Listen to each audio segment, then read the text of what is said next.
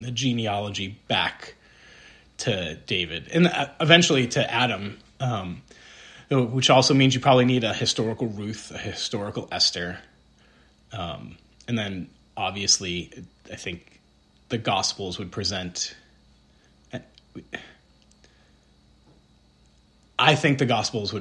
themselves as historical. I think Paul clearly believes some of it's historical, although I think a lot of his theology is based more on his visions than right. But he's definitely based it on the historicity of Jesus living, preaching, dying, rising again, and being seen by, Peter and the 12 and him, and then 500. Yeah. And then of course Revelation is historical, but I kid because it hasn't happened yet. But I think you need those to be actually historical and accurate, which would be sort of the sola scriptura. And as I started investigating, it turns out there's scant to little evidence for any of them before Paul.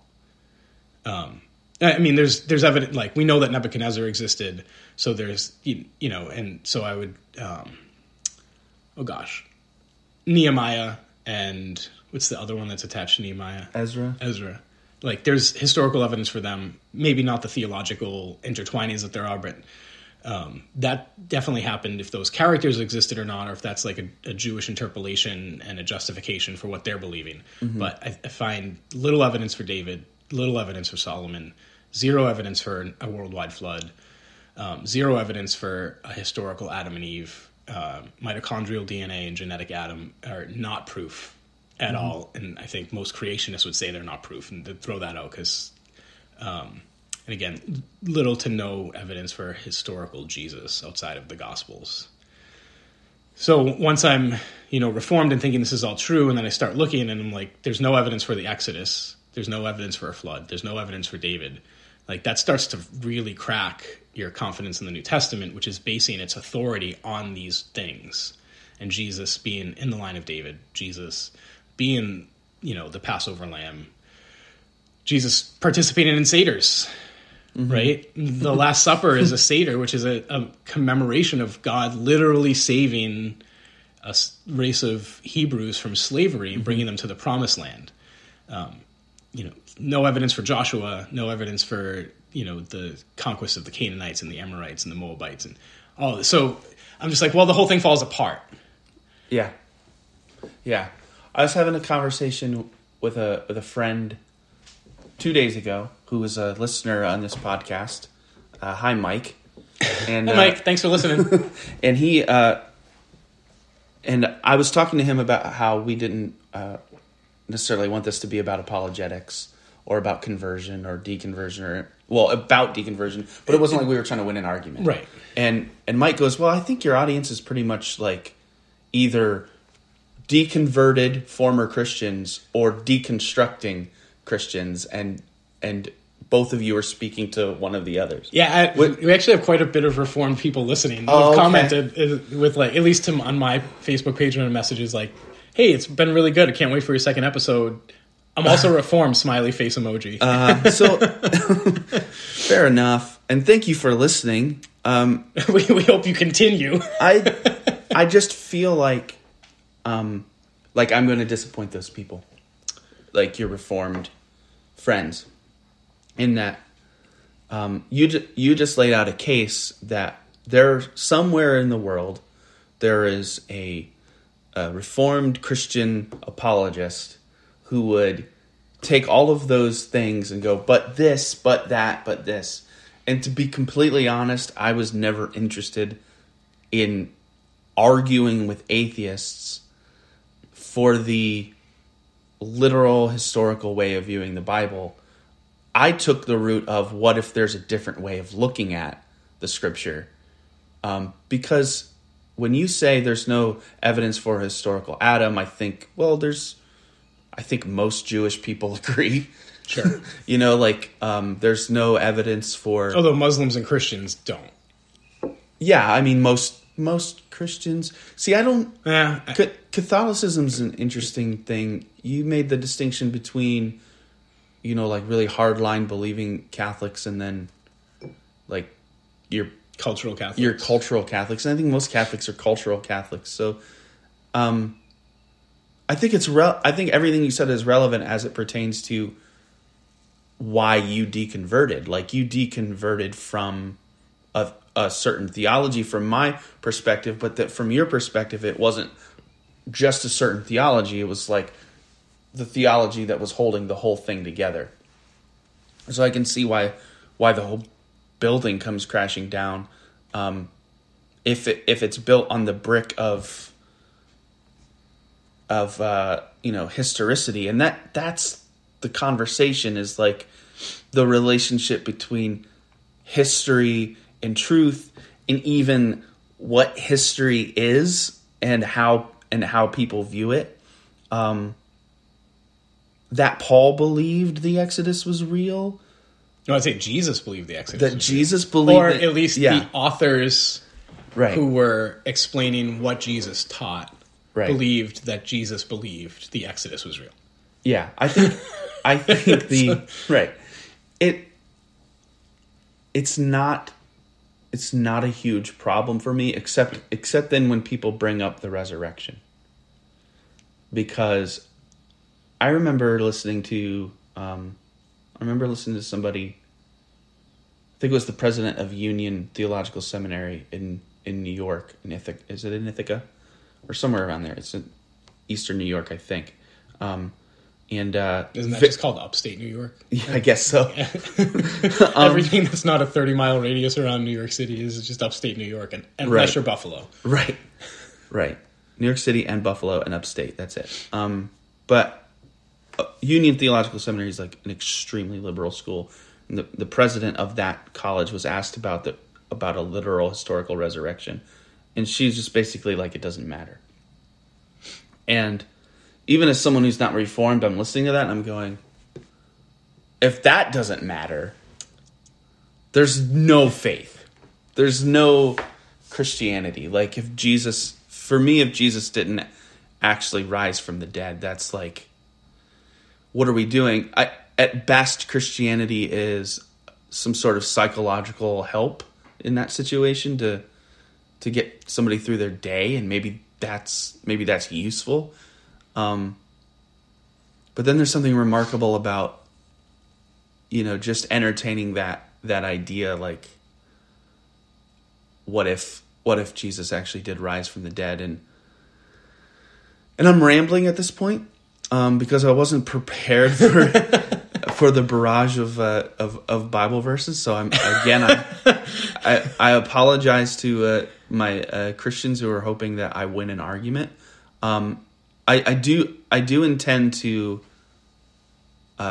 come back with some retorts after some reading and some reminders. To be fair, some of these are Bible verses I had to memorize in seminary, and I was like, oh, it's somewhere in Ephesians. I also just Googled Reformed or Bible verses that teach predestination, Bible verses that. And I guess what I just want to say is that this, to me, brings up interesting presuppositional conversations about the meaning of history, about writing, what writing is, and about what kind of book the Bible is. And so if all of that being true, like, you can't find evidence for this historical thing, you can't find evidence for that historical thing, all of that being true, for me, none of it strips the Bible of its theological or philosophical profundity or its meaningfulness in our world. And for me, that's the summary point. But I want to talk more about all of this. Yeah, so I just want to say I agree with you that if there's no historical resurrection of Jesus, then the whole thing falls apart. Mm-hmm. And for a seminary professor, regardless of how liberal, to say, like, it doesn't matter, I'm like, well, like, but it does, right? Like, it's akin to Buddhism saying, like, Buddha never existed. Like, it's like a foundation, right? Like, yeah, it's pretty... Muhammad's, may he be blessed, or what I'm supposed to say. is a foundation to Islam. Abraham, Isaac, and Jacob are foundational to Judaism. Like, there's certain foundations that you get rid of. Like, it's no longer the thing, right? Like, I call myself an atheist if I start believing in a higher power. I'm no longer an atheist. Or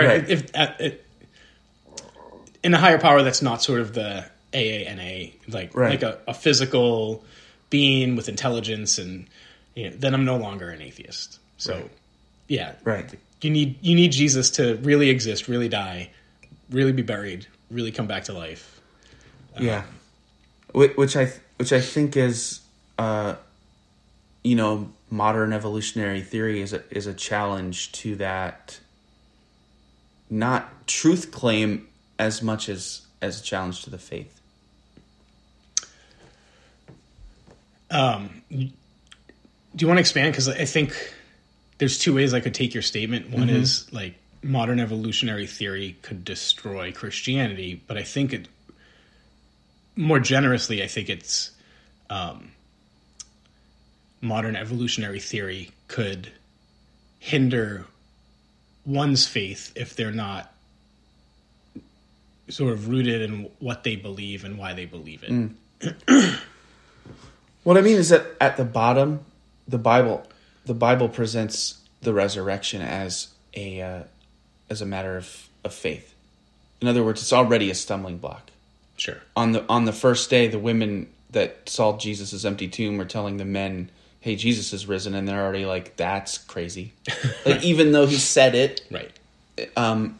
They're like, "No, it's a thing that's already a stumbling block to the intellect, even to ancient Jewish people that lived 2,000 years ago." Yeah, and Romans, right? So it's not supposed to be like something easily demonstrated, historically, physically.